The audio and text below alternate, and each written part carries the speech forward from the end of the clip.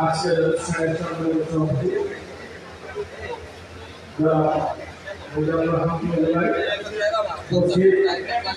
আজকের এই অনুষ্ঠানের সম্মানিত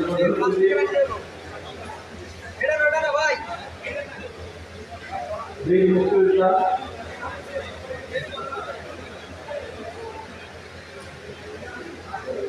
মনির হক চৌধুরী আজকের এই অনুষ্ঠানের উপর আমাদের প্রিয় নেতা জনাব শহীদুদ্দিন চৌধুরী উপস্থিত অতিথিবৃন্দ, সম্মানিত লক্ষ্মীপুর জেলা নেতৃবৃন্দ,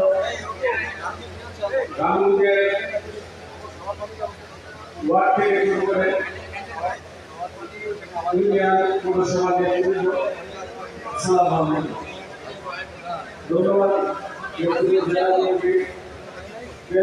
আমার বক্তব্য শুরু করে দেওয়ার জন্য। আমি খুব ভালো আপনারা কথাগুলো আমার বক্তব্য শেষ করি। আমরা লক্ষ্মীপুর চারটি আসে বিএনপি সবসময় বিএনপি থেকে এই আসনগুলো আমাদের গ্রহণ দেওয়া হয়।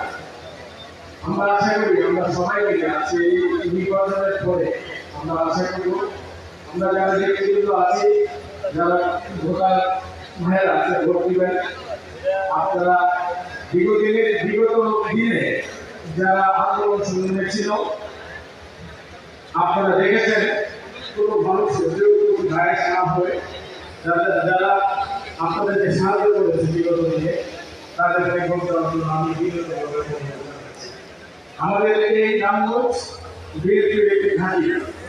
আমি লক্ষ্মীপুর জেলার নেতৃবৃন্দ বিশেষ করে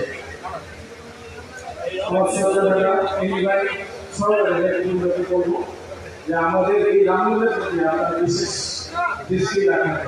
কারণ হচ্ছে আমরা বিভিন্নভাবে অবহেলিত এই রামগঞ্জ বিএনপি, আমরা যারা সঠিক আন্দোলন সংগ্রামে ছিলাম, এই রামগঞ্জের নেতৃবৃন্দ ছিল, তাদেরকে মূল্যায়ন করা, বিভিন্নভাবে মূল্যায়ন করা হয় না। এটা যেন ভবিষ্যতে এই ধরনের কর্মকাণ্ড না হয়, সঠিকদের যেন মূল্যায়ন করা হয়।